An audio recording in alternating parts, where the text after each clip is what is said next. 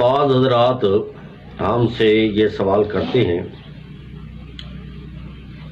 کیا انبیاء علیہ السلام پر جادو ہو سکتا ہے کہ نہیں،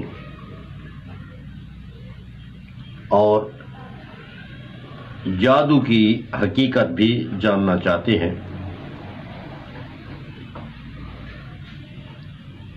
اصل بات یہ ہے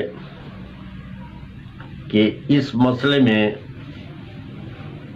بڑا افراط تفرید سے کام لیا جاتا ہے اور حقیقت کی طرف توجہ نہیں کی جاتی۔ حضرات انبیاء علیہ السلام ان کی دو حیثیتیں ہیں، جیسے کہ فرمایا نبی کریم صلی اللہ علیہ وسلم نے، حل قلت الا بشرا رسولا، کہ میں نہیں ہوں مگر ایک بشر ہوں، انسان ہوں اور رسول ہوں۔ جب بشریت کو مانا جائے گا تو بشریت کو ماننا اس وقت ماننا ہوگا جب ان کے تمام لوازمات کے ساتھ مانا جائے۔ بشر پیدا ہوتا ہے، بشر کا ماں باپ ہوتا ہے، بشر کھانے پینے کا محتاج ہوتا ہے، زیادہ چلے تو تھک جاتا ہے، بیمار ہوتا ہے، سردردی ہوتی ہے، اور موت و حیات سے گزارا جاتا ہے، اور بشر پر جو ظاہری اسباب ہیں وہ اثر انداز ہوتے ہیں، اور خفیہ جو اسباب ہوتے ہیں وہ بھی اثر انداز ہوتے ہیں۔ اور جب کسی کو رسول مانا جائے تو رسول کے لوازمات بھی ماننے فرض ہوتے ہیں، کہ وہ گناہوں سے پاک ہوتا ہے اور عیبوں سے پاک ہوتا ہے، اس کے اقوال افعال انتہائی معصوم ہوتے ہیں، جیسے کہ اللہ تعالیٰ نے فرمایا سبحان ربک رب العزت عما یصفون وسلام علی المرسلین والحمد للہ رب العالمین۔ سبحان ربک رب العزت، تیرا رب جو ہے وہ اپنے عیبوں شریکوں سے پاک ہے، پاک ذات ہے، وہ اس کا کوئی شریک نہیں ہو سکتا، اس کی کسی صفت میں کوئی شریک نہیں ہو سکتا۔ اور انبیاء علیہ السلام جو ہوتے ہیں وہ مخلوقات میں صحیح سالم ہوتے ہیں، ان میں کسی قسم کا جسمانی روحانی عیب نہیں ہوتا، نہ جسمانی عیب ہوتا ہے اور نہ روحانی عیب ہوتا ہے۔ انبیاء علیہ السلام اس طریقے سے جو ہے وہ صحیح سالم ہوتے ہیں، محفوظ ہوتے ہیں، تو ان کا محفوظ ماننا، معصوم ماننا، نبوت سے پہلے نبوت کے بعد، صغیرہ گناہ ہوں کبیرہ گناہ ہوں، جان بوجھ کر ہوں اور خطاً ہوں، یہ انبیاء علیہ السلام سے ممکن نہیں، یہ نہیں ہو سکتے، وہ انتہائی اعلیٰ درجے کے انتہائی ہوتے ہیں۔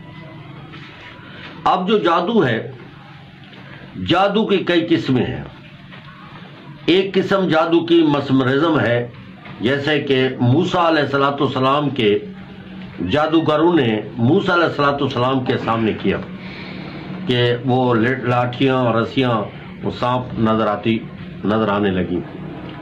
اور ایک قسم ہوتا ہے خفیہ اسباب۔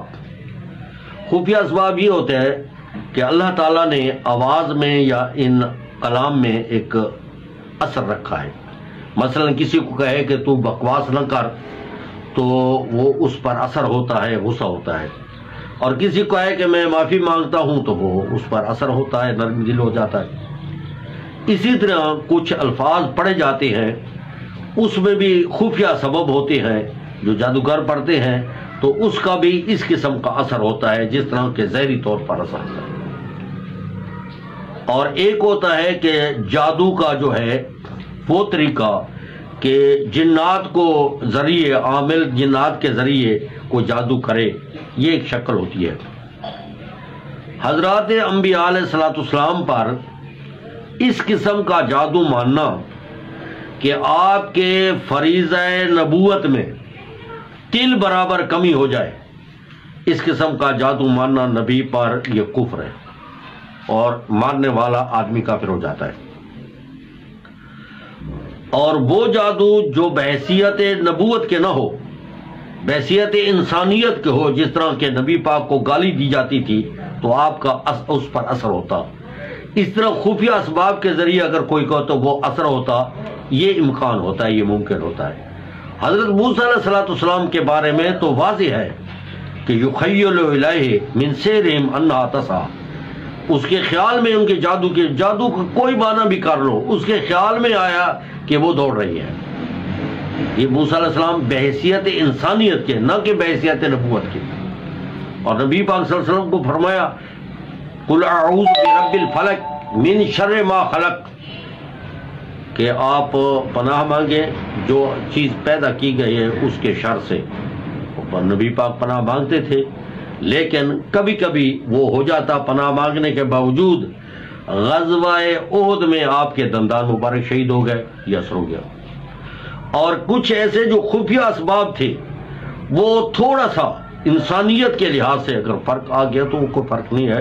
من شر النفاثات فی العقد، اگر ممکن ہی نہ ہو تو پھر یہ آیت کا معنی تو غلط ہو جائے گا۔ ہمارا تو قرآن پر ایمان ہے، اس کے علاوہ نہیں۔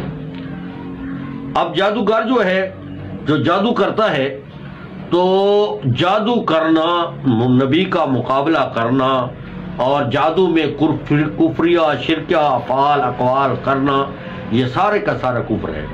یہ جو تمیزات والے لوگ ہیں یہ ہند سے لکھتے ہیں، بالاتفاق ہندسوں کے ساتھ تمیز لکھنا حرام ہے، کیونکہ یہ جادو کی قسم ہوتی ہے، اور یہ تمام جادوگر لوگ ہوتے ہیں جادو کی وجہ سے۔ دم بلا اتفاق، بالاتفاق امت، یہ جائز ہے۔ اور تعویذ کا اس میں دو ہے کہ قرآن حدیث تک معمول ہو جائے، بعض اہل علم اس کی اجازت دیتے ہیں اور بعض اس کی بھی اجازت نہیں دیتے۔ لیکن ہمارا خیال یہ ہے کہ لوگوں کو تعویذوں کے بجائے قرآن حدیث کی طرف لایا جائے، اور قرآن حدیث کے، اور یہ عامل اور یہ دکان نکالنا یہ صحیح نہیں ہے۔